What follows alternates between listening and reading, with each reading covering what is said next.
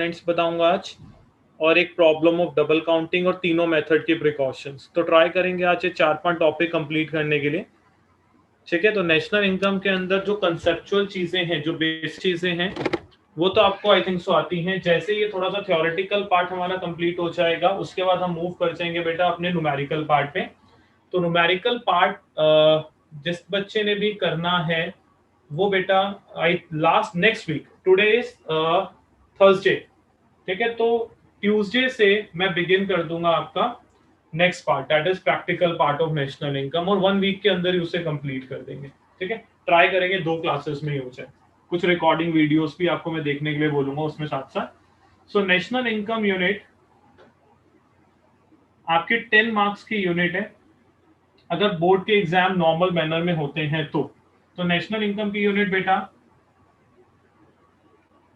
10 marks की आपकी board exam में आएगी, which is divided into 2 parts, जो आपको पता है जनरली, जिसमें चांसेस जो होंगे वो 6+4 भी हो सकते हैं और 4+6 भी हो सकते हैं।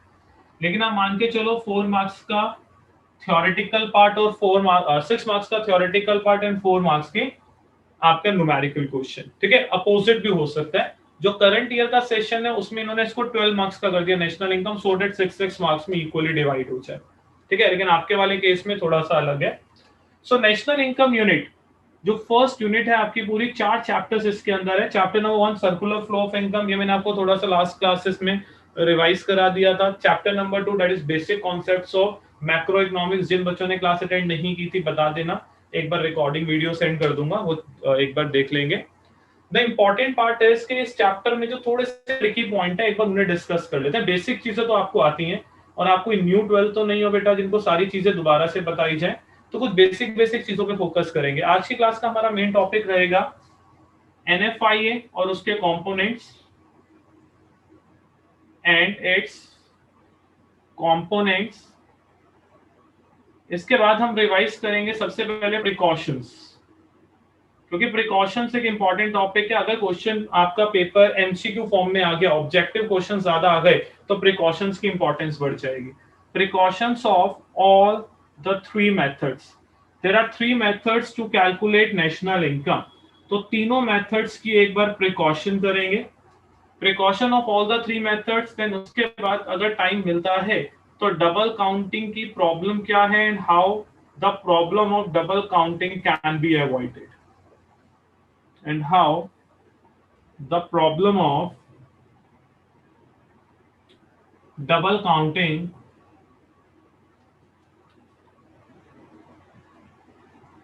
can be avoided।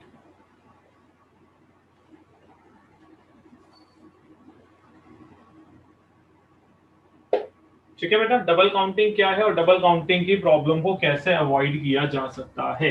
ठीक है, तो इन टॉपिक्स के ऊपर मूव करेंगे। जो भी आपका डाउट हो साथ साथ पूछते जाना, ट्राई करना ज्यादातर आंसर चैट बॉक्स में देने के लिए। जब मैं अनम्यूट करने लगूंगा तभी अनम्यूट करके आंसर दोगे। सबसे पहले अनम्यूट करके आंसर देना है बेटा। What is the full form of NFIA? NFIA के फुल फॉर्म बताओ। Net factor income from formula, the full form of NFIA is net factor income from abroad. और net factor income from abroad का formula क्या है बेटा? Factor income from abroad minus factor income from abroad minus factor income to abroad, factor income to abroad.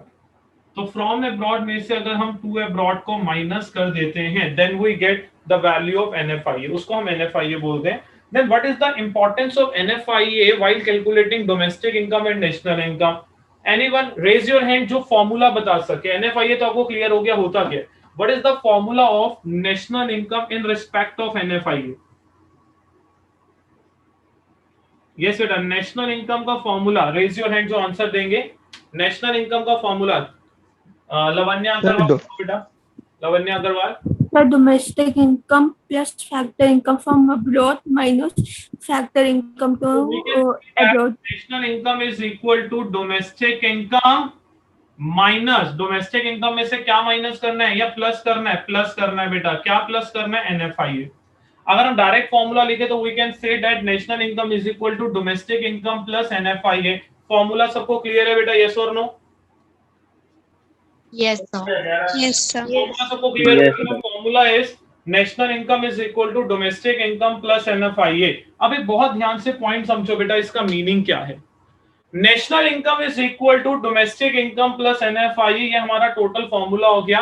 अब मैं कुछ basic questions आपसे पूछूंगा जो स्टार्टिंग की क्लासेस में मैंने आपको कराया था, जब हमने स्टार्ट किया था बेटा 12th क्लास को। बहुत टाइम हो गया, फिर भी क्वेश्चन का आंसर दो। नेशनल इनकम अगर मैं आपसे सिंपल टर्म्स में पूछूं व्हाट इज नेशनल इनकम, तो उसका आंसर क्या दोगे? Yes, what is national income? जल्दी से बताओ बेटा। National income Normal residents earning. Normal residential. Answer is sir normal Normal resident earning within the country or outside the country.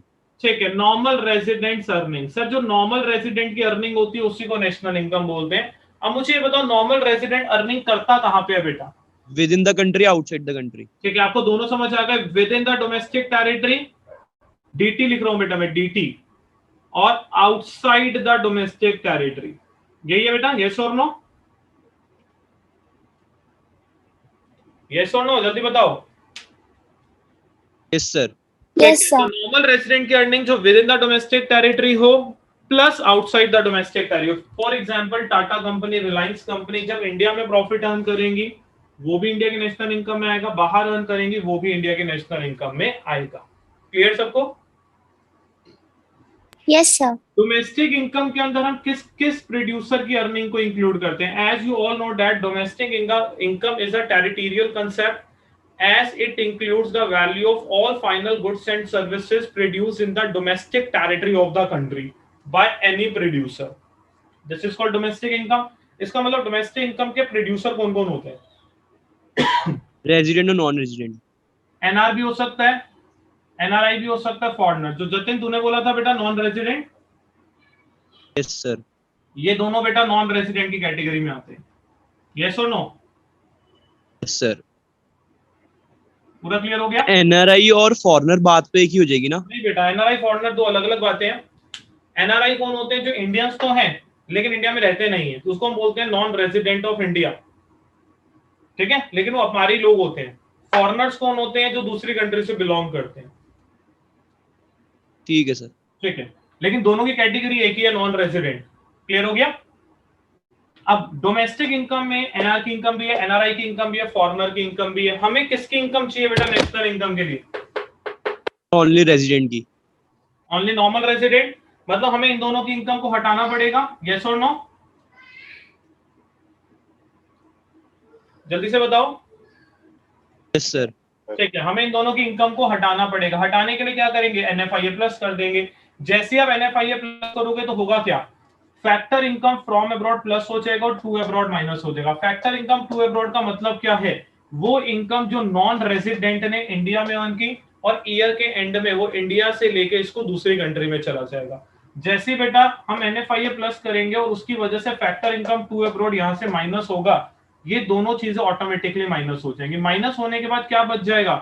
Normal resident की वो अर्निंग जो उसने इंडिया में कमाई, और प्लस क्या हो रहा है? Factor income from abroad. जैसे factor income from abroad plus होगा तो क्या आ जाएगा? नॉर्मल रेजिडेंट की वो अर्निंग जो उसने बाहर से अर्न की। फॉर एग्जांपल सर NFIA को थोड़ा सा ओपन करूं तो फॉर्मूला क्या बनेगा बेटा? Plus factor income from abroad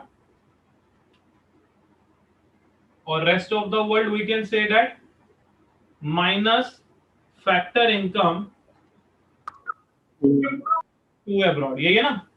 अब अगर आप इस फॉर्मूला को देखो, जैसे ही मैं डोमेस्टिक इनकम में से फैक्टर इनकम टू अब्रॉड को माइनस करता हूं तो क्या आ जाएगा बेटा? NRI और फॉरेनर की इनकम हट जाएगी, नॉर्मल रेजिडेंट की वो इनकम बचेगी जो उसने इंडिया में कमाई, plus factor income from abroad, ये वो इनकम है जो नॉर्मल रेजिडेंट बाहर से कमा के लाया। दोनों चीजें हो गई, within the domestic territory और outside the domestic territory.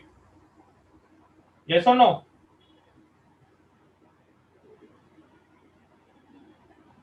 Yes, sir. Clear है बेटा सबको? Yes yes, clear everyone? Yes, sir. Formula yes sir. Yes, sir. जिसने नोट करना एक बार नोट कर लो। और क्या हो गया, माइक बंद करके क्यों क्लास ले रहे हो? ओपन क्यों नहीं कर रहे आंसर देने के लिए? आज थक गए हो बेटा पढ़ पढ़ के? Yes sir. अंश, अगर ये ऑफलाइन क्लास होती ना बेटा, तुझे आज स्टेज पे बुला के पूरा नेशनल इनकम तेरे से समझवाता आज। Sorry sir. नालायक कहीं का। चलो जल्दी से नोट कर लो जिसने नोट करने, नेक्स्ट पार्ट पे मूव करेंगे।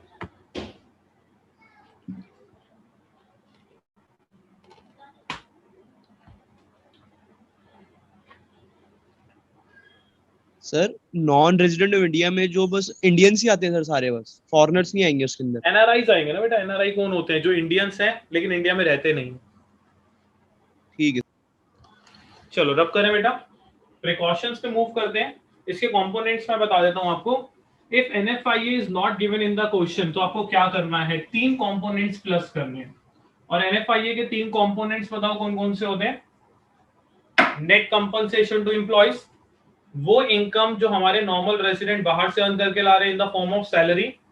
Net income from property and entrepreneurship, और last is net retained earning.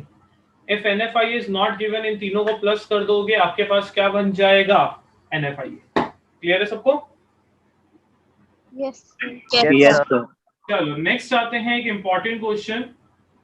इसकी इंपॉर्टेंस बहुत है, चाहे पेपर सब्जेक्टिव हो या ऑब्जेक्टिव हो। Precautions of value added method. Precaution of value added method. Value added method के प्रिकॉशन क्या है? ठीक है, तो वैल्यू एडेड मेथड के कुछ प्रिकॉशन करते हैं। हाँ जी बेटा बताओ, वैल्यू एडेड मेथड की फर्स्ट प्रिकॉशन। मैं सिर्फ पॉइंट लिखता हूं, आप मुझे बताते रहना इंक्लूड करना है या नहीं करना, और चैट बॉक्स में बताना बेटा। Value of IG, intermediate goods. Intermediate goods की वैल्यू को इंक्लूड करेंगे या नहीं करेंगे? Chat box. इशिता श्रीवास्तव, क्यों नहीं करेंगे बेटा? सर उनकी वैल्यू फाइनल गुड्स में ऑलरेडी इंक्लूड कर दी जाती है। Because their value is already included in the value of final goods. If we added the value of intermediate goods again, then it leads to a problem of double counting. सबको clear है? Yes or no? Yes sir. Next is sale and purchase of second hand goods. Second hand goods की value. Yes बेटा, second hand goods की value include करेंगे या नहीं करेंगे? ठीक है, आप आंसर देते जाओ, मैं वहीं से आपसे पूछ लूंगा। नेहा यादव। यस तो इनको इंक्लूड नहीं करेंगे क्योंकि जब ये प्रोड्यूस हुए थे तब इनकी वैल्यू ऑलरेडी ऐड हो चुकी थी। ठीक है, कनिका अनम्यूट करो। कनिका, नेहा ने कहा कि इंक्लूड करेंगे, बट माय क्वेश्चन इज इसके ऊपर जो कमीशन और ब्रोकरेज होगी वो इंक्लूड होगी सेकंड हैंड गुड्स पे? यस सर, वो सर्विसेज के अगेंस्ट पेमेंट होती है इसलिए वो इंक्लूड होगी। फ्रेश सर्विसेज होती हैं। वेरी गुड आर्जव, वो फ्रेश सर्विसेज होती हैं इसलिए उनकी वैल्यू को हम इंक्लूड करते हैं। सबको समझ आ गया बेटा? शिवांशु कुछ बोलना है? No sir. ठीक है, नेक्स्ट आ जाते हैं थर्ड, डोमेस्टिक सर्विसेज। इसका अगर मैं पूरा पॉइंट बोलूं तो production of services for self consumption. Domestic services that is production of services for self consumption. Housewife services, teacher teaching his own son और डॉटर। ठीक है, करेंगे या नहीं करेंगे? सान्या मित्तल। No sir. क्यों नहीं करेंगे? सर क्योंकि वो उसमें कोई अर्निंग नहीं होती और वो खुद के लिए होती है, इसलिए हम इसे इंक्लूड नहीं करते। वो सर्विसेज हैं या नहीं है ये बताओ? सर सर्विसेज तो हैं बट हम नहीं करते उन्हें इंक्लूड, क्योंकि वो social service. Simple answer, there valuation becomes difficult. Simple, खत्म। ठीक है sir. Yes Jatin. But sir वो आपने एक क्वेश्चन करवाया था, उसमें लिखा था कि एक बच्चा वो अपने एजेड पेरेंट्स की केयर कर रहा है सर, उसको आपने इंक्लूड करवाया था। ठीक है, वो डोमेस्टिक सर्विसेज नहीं है। हमने उसकी वैल्यू को वैल्यू एडेड मेथड में इंक्लूड नहीं किया था, एक्सपेंडिचर मेथड में इंक्लूड किया था। क्योंकि अगर आप taking care of aged parents का मतलब उनके ऊपर खर्चा तो होगा, उस खर्चे की वैल्यू को तो इंक्लूड करोगे ना। ठीक है सर। ठीक है, चलो बेटा नेक्स्ट आते हैं production of goods for self consumption. हाँ जी बेटा, production of goods for self consumption. Chat box में आंसर देना स्टार्ट कर दो, मैं किसी से भी पूछ लूंगा। साहिल। Yes sir. साहिल बता। हाँ जी सर इंक्लूड करते हैं इन्हें क्योंकि इनकी मॉनेटरी एक्सप्रेशन वैल्यू मालूम होती है। इंक्लूड करते हैं क्योंकि इनकी मॉनेटरी वैल्यू हो सकती है। सिंपल आंसर लिखना है। सबको क्लियर है बेटा? It should be included because we can calculate its monetary value और वो करंट प्रोडक्शन का पार्ट है। ठीक है, it is a part of current production. Point number 5 पे मूव करते हैं बेटा। हमारा पॉइंट सर ये लिख सकते हैं, it lead to contribution in the production of goods and services. बोल सकते हो बेटा। Point number 5, imputed value of owner occupied house। Yes बेटा, imputed value of owner occupied house, अपने घर में रहने की वैल्यू। क्या सिंपल सा क्वेश्चन है, क्या आप जिस घर में रहते हो वो घर आपको सर्विसेज प्रोवाइड करता है? यस करता है, तो उसकी imputed वैल्यू भी होती है। ठीक है, उसकी imputed वैल्यू भी है, चाहे आप वो पे करो या ना करो, उस imputed वैल्यू को भी नेशनल इनकम में इंक्लूड किया जाएगा। क्लियर है बेटा? It should be included in national income. Sir इसका रीजन क्या देंगे? बेटा इसका रीजन यही है because they are productive service. ठीक है, घर आपको प्रोडक्टिव सर्विस देता है और उसके रिटर्न की जो इंप्यूटेड वैल्यू है वो नेशनल। सर इसको हम इन्वेस्टमेंट नेचर का मानते हैं ना सर? क्या मानते हैं बेटा? इन्वेस्टमेंट नेचर का मानेगी ना सर इसको? इन्वेस्टमेंट तो घर खरीदना होता है बेटा, उस घर की सर्विसेज इन्वेस्टमेंट नेचर की थोड़ी है। सर ये इकोनॉमिक सेंस में इंक्लूड होता है ना, सिर्फ अकाउंटिंग सेंस में नहीं है ना? इंक्लूड होता है, वैसे नहीं होता। चलो बेटा, next is change in stock of goods. अगर किसी गुड्स का स्टॉक बन जाता है, change in stock that is closing stock minus opening stock, क्या उसकी वैल्यू को इंक्लूड करेंगे?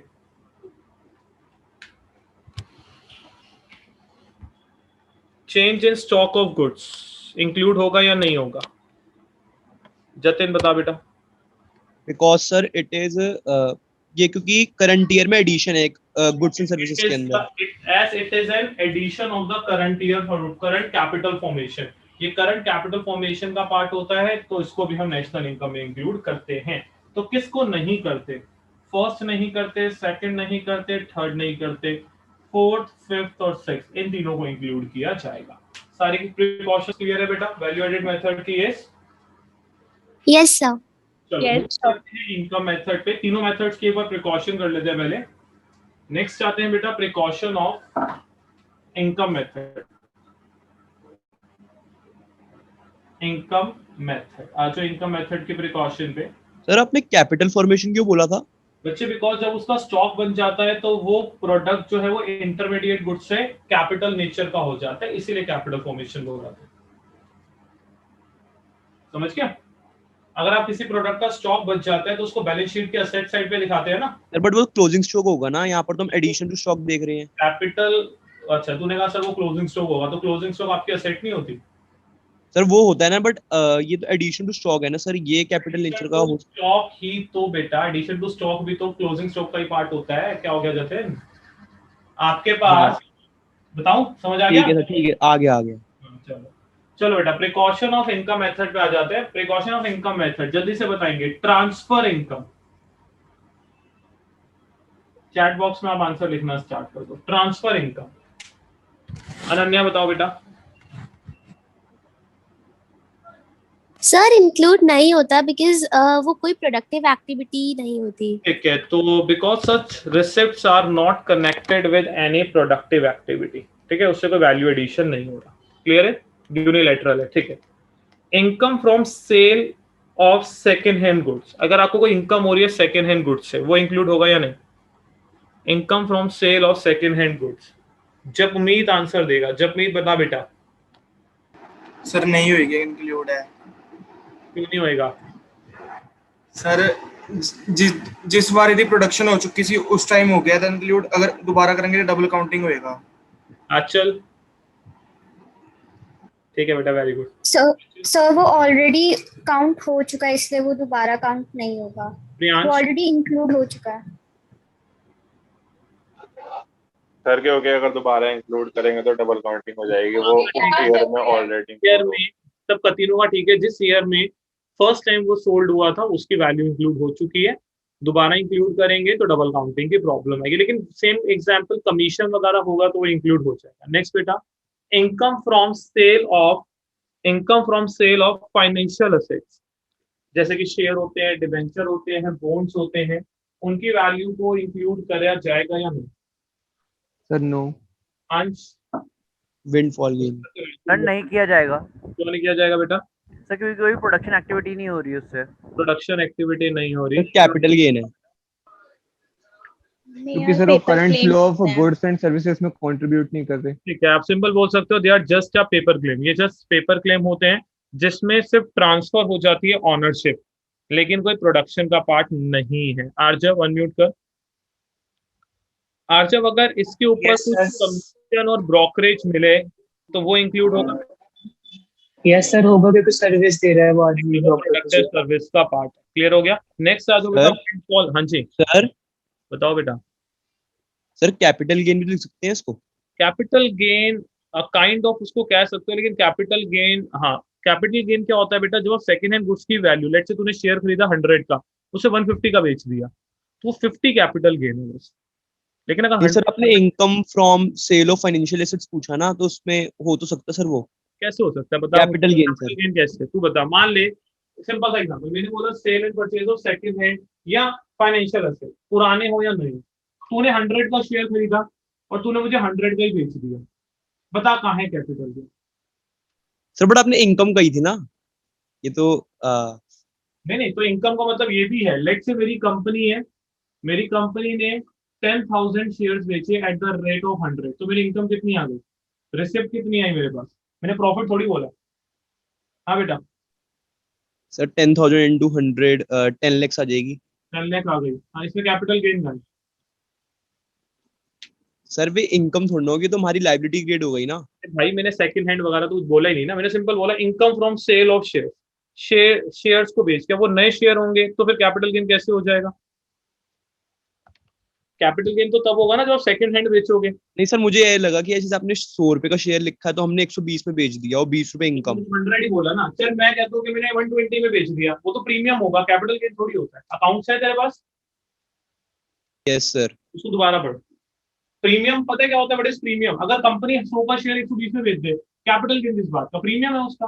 कैपिटल नहीं गेन सर, अगर मैं स्टॉक मार्केट पे कर रहा हूँ ट्रेड, तो फिर वो प्रीमियम थोड़ा होगा मेरे लिए। वो सेकंड हैंड गुड्स होगा। मैंने बोला ही नहीं सेकंड हैंड गुड्स, ठीक है। सेकंड तो वर्ड बोला ही नहीं शेयर और डिबेंचर में। हाँ, सेकंड हैंड को अगर आप हाई प्राइस में बेचते हो, हाई प्राइस में लिखा होना चाहिए हाई प्राइस, उस केस के अंदर ही आप उसको कैपिटल गेन मानोगे, वरना नहीं मानोगे, वरना सिंपल पेपर गेन। एक चीज पूछनी है सर, बट कैपिटल गेन को भी तो हम अवॉइड ही करते हैं, क्योंकि फैक्टर इनकम थोड़ी अवॉइड करते हैं बेटा, अवॉइड ही क्योंकि इसमें क्योंकि प्रोडक्टिव सर्विसेज में आएगा नहीं। पार्ट हमारा नेक्स्ट क्वेश्चन हमारा वही आ रहा है, नेक्स्ट क्वेश्चन आपका वही है कैपिटल गेन का। विंडफॉल गेन्स बताओ बेटा क्या होता है? बेटा windfall gains lottery type something.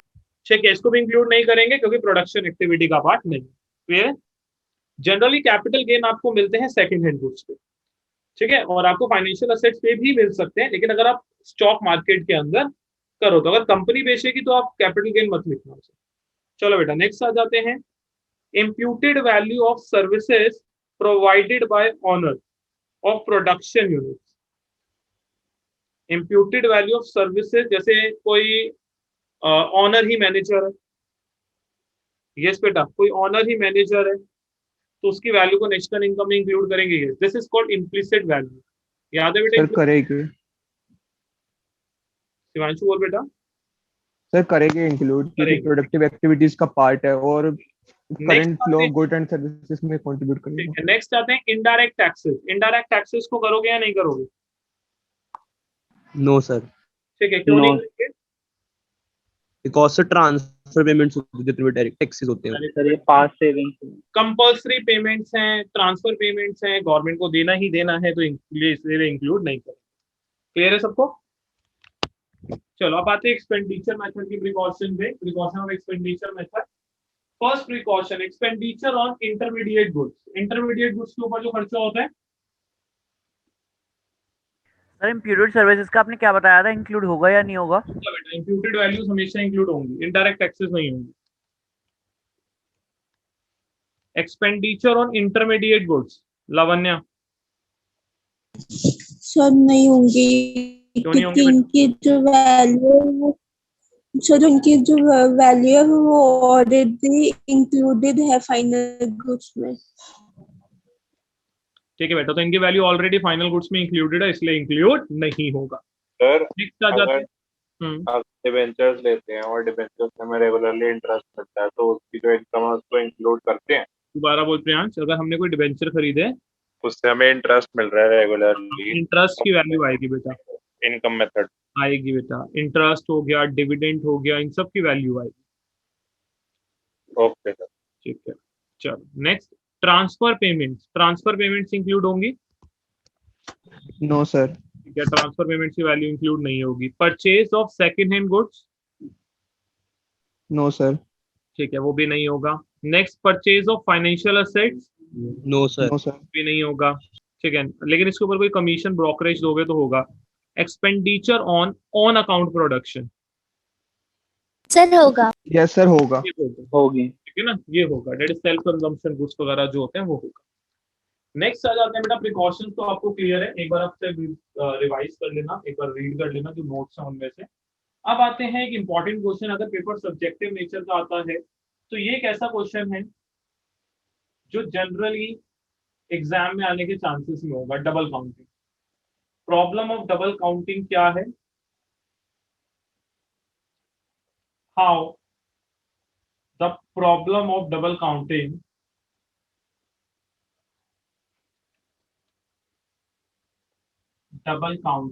can be ignored or can be avoided।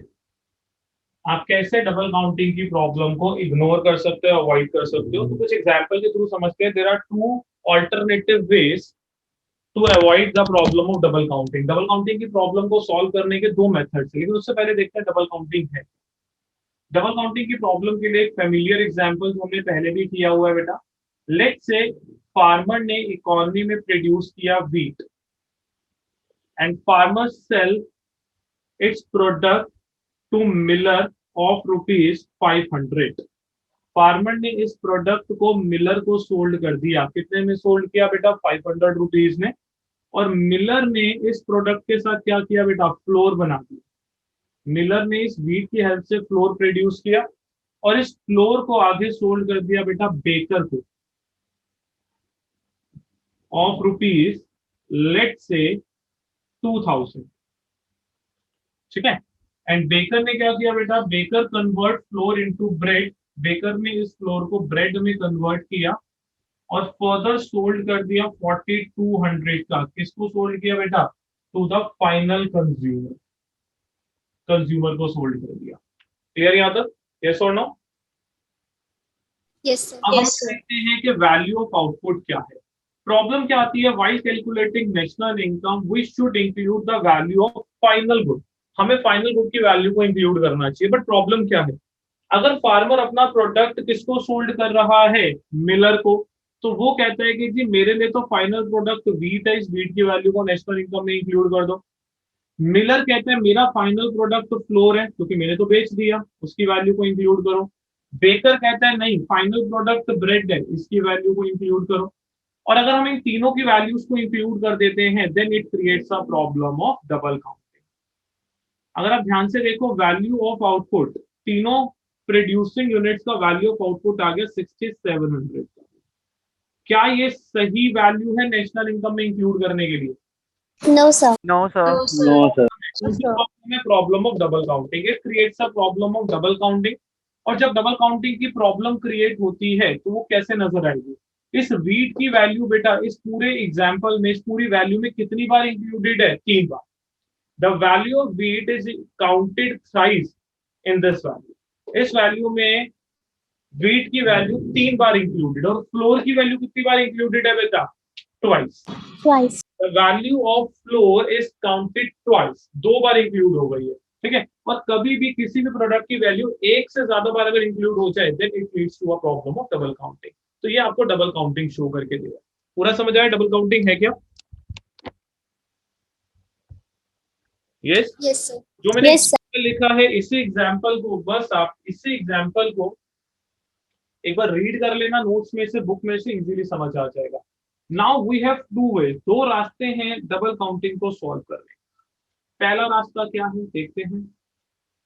The first way is the first method is, जो पहला मेथड है, जो फर्स्ट रास्ता है आपके पास, that is value added method. पहला मेथड है बेटा value added method. We can use value added method to avoid the problem of double counting. कैसे अवॉइड कर सकते हैं, आ जाओ बेटा। लेट से आपके पास सबसे पहले है फार्मर जी। फार्मर जी ने क्या बनाया, value of output. Value of output में से माइनस कर देते हैं intermediate goods IG, then we get value added. Value added हो जाएगा, यस और नो। फार्मर ने प्रोडक्ट बनाया 500 का, आईजी 0 था, इंटरमीडिएट गुड मतलब रॉ मटेरियल की वैल्यू। तो फार्मर का वैल्यू एडेड कितना हुआ, 500। मिलर पे आ जाओ। मिलर ने जो प्रोडक्ट प्रोड्यूस किया है बेटा, उस प्रोडक्ट की वैल्यू ऑफ आउटपुट कितनी है, 2000। और इस 2000 का प्रोडक्ट बनाने के लिए रॉ मटेरियल कितना यूज किया बेटा मिलर ने, ये 500। So the value added by Miller is rupees 1500 only। हमें क्या नजर आ रहा था, 2000, लेकिन जो उसका वैल्यू एडेड है वो एक्चुअल वैल्यू एडेड सिर्फ 1500 का ही है। क्लियर है। लास्ट आते हैं बेकर जी पे। Baker ji produces wheat of rupees 4200, लेकिन इसको प्रोड्यूस करने के लिए उन्होंने क्या किया था बेटा, रॉ मटेरियल खरीदा था, किससे, मिलर से, 2000 का। So the contribution by Baker in the economy is rupees 2200. So the total value added by all the producing units is rupees 4200. Yes or no? Yes sir. This is your total value added. इसी को बेटा total value added भी बोलते हैं। बात समझ आ गई। तो पहला मेथड क्या है, क्या करना है आपको, हर एक प्रोड्यूसर का वैल्यू ऑफ आउटपुट मत लो, उसमें से इंटरमीडिएट कॉस्ट की वैल्यू हटाते चले जाओ, आपको उनका एक्चुअल कंट्रीब्यूशन मिल जाएगा, और वही एक्चुअल कंट्रीब्यूशन आप नेशनल इनकम में इंक्लूड करते हो। सेकंड मेथड इससे भी easy, that is final output method. इस मेथड में हम कहते हैं कि कुछ नहीं करना, बस ये देखो कि फाइनल प्रोडक्ट क्या है। फाइनल प्रोडक्ट वो होता है बेटा जो कस्टमर खरीदता है। तो मुझे बताओ फाइनल गुड इस एग्जांपल में क्या था, इस पूरे एग्जांपल में फाइनल गुड क्या है बेटा, bread. And the value of bread is rupees 42। तो सिर्फ इसको इंक्लूड कर लो। चेक करो बेटा, फाइनल आउटपुट मेथड और वैल्यू एडेड मेथड दोनों में आंसर सेम आ रहे हैं, यस और नो? Yes sir. तो अगर हमारे पास इतना इजी मेथड पड़ा हुआ है, so what is the importance of value added method? तो फिर वैल्यू एडेड मेथड की इंपॉर्टेंस ही क्या, क्यों यूज करते हैं वैल्यू एडेड मेथड को? इतना अच्छा मेथड आपके पास है, that is final output method, इसी को ले लो। सर ये अलग अलग सेक्टर्स और अलग अलग इंडिविजुअल का, अलग अलग प्रोड्यूसिंग यूनिट, ये अलग अलग प्रोडक्शन यूनिट्स के कंट्रीब्यूशन को बताते हैं। मान लो if we want to calculate the value of contribution of primary sector, secondary sector and tertiary sector, उस केस में हम वैल्यू एडेड मेथड को यूज कर सकते हैं, फाइनल आउटपुट को यूज नहीं कर सकते। ठीक है बेटा।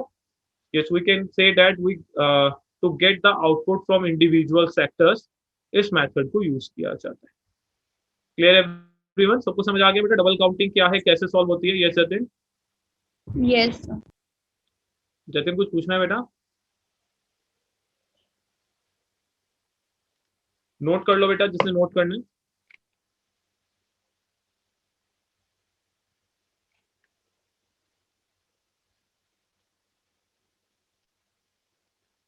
किसी को भी डाउट है तो पूछ लो। अभी हमने आज की क्लास में अभी तक जो किया है, NFIA क्या होता है, उसके कंपोनेंट्स क्या है, ये हमने देख लिया।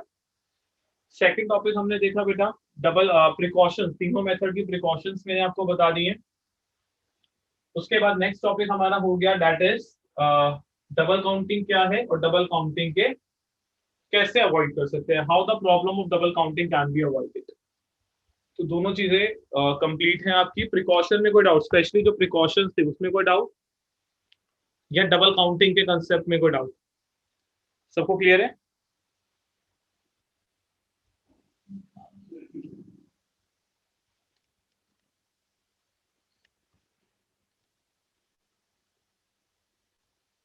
क्लियर है, ठीक है। एक बार पढ़ लो बेटा पूरा डबल काउंटिंग, अगर नोट्स अभी अवेलेबल है तो नोट्स में से देख लो, और थोड़ा सा घर पे भी पढ़ना स्टार्ट कर दो। सिर्फ ऑल्टरनेटिवली 1 आवर पढ़ने से कुछ नहीं होगा, चांसेस पूरे हैं कि आपके एग्जाम हो सकते हैं, इसलिए क्लासेस दोबारा से रिज्यूम की गई हैं। और मेरे को लगता है मैक्सिमम टीचर्स ने कर दी होंगी अभी तक आपकी क्लासेस स्टार्ट।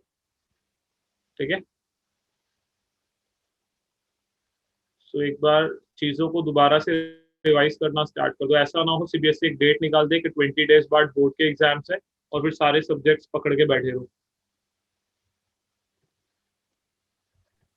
तो जुलाई 15 से है ना? है बेटा, अभी कुछ फाइनल नहीं है, 1 जून को वो पूरा फाइनल बताएंगे। 15 जुलाई वाली भी बात जो है वो थोड़ी सी रूमर्स टाइप ही है, कोई सीबीएसई की साइड पे नहीं लिखा हुआ कि 15 जुलाई से पेपर होंगे। सीबीएसई की साइट पे चेक करा करो, कोई भी नोटिफिकेशन आया करे उसको ओपन करते ही सबसे पहले सीबीएसई की साइट पे जाया करो। सीबीएसई की साइट पे अगर कोई लेटेस्ट नोटिफिकेशन हो फ्रंट पेज पे तो ही वो सही है, अदरवाइज वो रूमर्स है। और सीबीएसई ने अपनी साइट पे भी कुछ लॉन्च नहीं किया। सीबीएसई की साइट पे यही लिखा हुआ है कि 1 जून को एनालाइज करके बताया जाएगा। हाँ, होम बोर्ड होने के चांसेस हैं। इट माइट बी पॉसिबल कि आपके एग्जाम आपके स्कूल में ही हो। उसका क्राइटेरिया क्या होगा, जो सीबीएसई के कुछ ऑफिशियल्स हैं वो स्कूल्स में आ जाएंगे चेकिंग करने के लिए कि चीटिंग हो रही है या नहीं। ठीक है, ये चीज होने के पूरे चांसेस हैं कि होम बोर्ड हो जाए। ठीक है, आपके स्कूल में ही आपका सेंटर पड़ जाएगा, ये चीज हो सकती है। सर जैसे अकाउंट्स में वो रिटर्न प्रैक्टिकल हुआ था वैसे ही होगा ना? अकाउंट्स का जो प्रैक्टिकल होता है वैसे नहीं होगा, नालायक कहीं का। मेरे को हो गया काम फिर। अकाउंट्स के प्रैक्टिकल की तरह अगर होगा तो सिर्फ सारे बच्चे 100 ले आएंगे बेटा, सिर्फ हमारे स्कूल के क्या सारे स्कूल के ले आएंगे। तो उसी के लिए मैंने बोला है कि सीबीएसई कुछ अपने ऑफिशियल्स को भेजेगी स्कूल के अंदर जो जेन्युइन चेकिंग करेंगे कि हाँ सब कुछ सही करेक्ट मैनर में चल रहा है या नहीं चल रहा। ठीक है ना, तो उन चीजों उन चक्रों में मत रहना कि अगर होम बोर्ड होगा तो चीटिंग हो जाएगी। हाँ, एक एडवांटेज जरूर होता है, लेकिन ऐसा नहीं है कि पूरा का पूरा पेपर चेंज हो जाएगा, आपको सारे सॉल्यूशंस दे दिए जाएंगे, वो चीज नहीं। Clear everyone? Yes sir. चलो बेटा, और कोई टॉपिक बताओ जो टॉपिक आपको समझना हो इसके अलावा। यस बेटा, any other topic from unit number 1 national income में से? थ्योरी में से बताना, अभी प्रैक्टिकल बाद में करेंगे क्योंकि उसकी प्रैक्टिस करनी पड़ेगी और प्रैक्टिस तुम तभी करोगे जब सीबीएसई को डेट निकालेगी।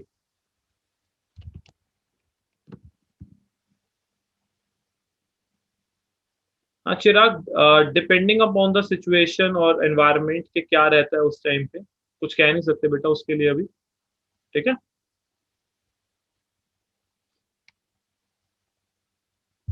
हाँ जी बच्चे, कोई डाउट नहीं है अभी तक?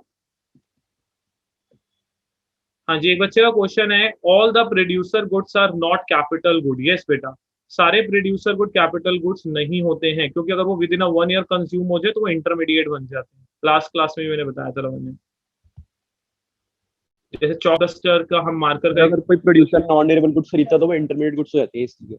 हाँ बेटा, विद इन 1 ईयर कंज्यूम होते इंटरमीडिएट हो जाते हैं, इसलिए सब प्रोड्यूसर गुड्स कैपिटल गुड्स नहीं होते। लवन्या क्लियर है? मेरा रीजन सही है ना वैसे? दोबारा बोल सर, अगर कोई फर्म नॉन ड्यूरेबल गुड्स पे अगर कोई अपना खर्चा वही करते मैंने तो बोला था, सेम है, सेम। नॉन ड्यूरेबल गुड्स जो होंगे जो विद इन 1 ईयर कंज्यूम हो जाएंगे वो आपके इंटरमीडिएट की कैटेगरी में चले जाते हैं। ठीक है लवन्या? Yes sir. यस बच्चे, और कोई डाउट? अब नेक्स्ट क्लास में क्या करके रखोगे? जब तक तुम पढ़ोगे नहीं तब तक तो बेटा कोई डाउट निकलेंगे ही नहीं। चलो एक काम करते हैं, नेक्स्ट क्लास में थोड़ा सा रिवाइज कराने के बाद एक छोटी सी क्विज कराऊंगा मैं क्लास में। ठीक है, तो आपके पास 2 डिवाइसेस होने चाहिए उसके लिए। एक तो आप अपना जिस पे क्लास ले रहे हो वो, एक दूसरा डिवाइस और अपने पास रखना। क्विज जो होगी वो पूरे नेशनल इनकम के चैप्टर में से होगी, अराउंड 20-25 क्वेश्चन होंगे। दैट मीन्स आपको अपने कॉन्सेप्ट स्ट्रॉन्ग करने हैं सिर्फ नेक्स्ट क्लास तक। समझ गया बेटा सब? चलो तभी थोड़ा पढ़ोगे। यस वलारिका, बोल बेटा। एक डाउट है, mother cooking and mother taking care of child में दोनों में डिफरेंस हो गया? बेटा डिफरेंस होता है, मदर कुकिंग जो एक सर्विस हो गई और उस सर्विस की वैल्यू, लेकिन अगर कोई टेकिंग केयर करते हो तो टेकिंग केयर करने में खर्चा होता है। वो जो एक्सपेंडिचर की वैल्यू ना, जो उसकी एक्सपेंडिचर की वैल्यू, उसको हम इंक्लूड करते हैं। ठीक है ना? अब आपके पेरेंट्स आपकी टेक केयर कर रहे हैं, कैसे? आपको स्टडीज करवा रहे हैं, क्या खर्चा? आपको क्लोथ लेके दे रहे हैं, क्या खर्चा नहीं हो रहा? वो सारे एक्सपेंडिचर इंक्लूड है। ठीक है, चलो फिर आज के लिए इतना ही करते हैं, नेक्स्ट क्लास में। सर जैसे हम आपको फीस पे कर रहे हैं तो सर उसमें तो फिर डबल काउंटिंग हो जाएगी। कैसे होगी डबल काउंटिंग? आप एक कंज्यूमर हो और कस्टमर सर्विसेज ले रहा है और पैसे दे रहा है, डबल काउंटिंग कैसे होगी? नहीं सर, जैसे हमारे पेरेंट्स हम पे खर्चा कर रहे हैं, हमें कुछ फीस के लिए पैसे देते हैं, तो सर हम तो वो भी अपने नेशनल इनकम इंक्लूड हो जाएगा सर। तो जब और मेरे को सर रिसीव होगी, जब मेरे को रिसीव होगी वो इनकम मेथड से रिसीव होगी, जब पेरेंट्स आपके देंगे वो एक्सपेंडिचर मेथड से रिकॉर्ड होगा, तभी तो बैलेंस होगा इनकम और एक्सपेंडिचर मेथड में।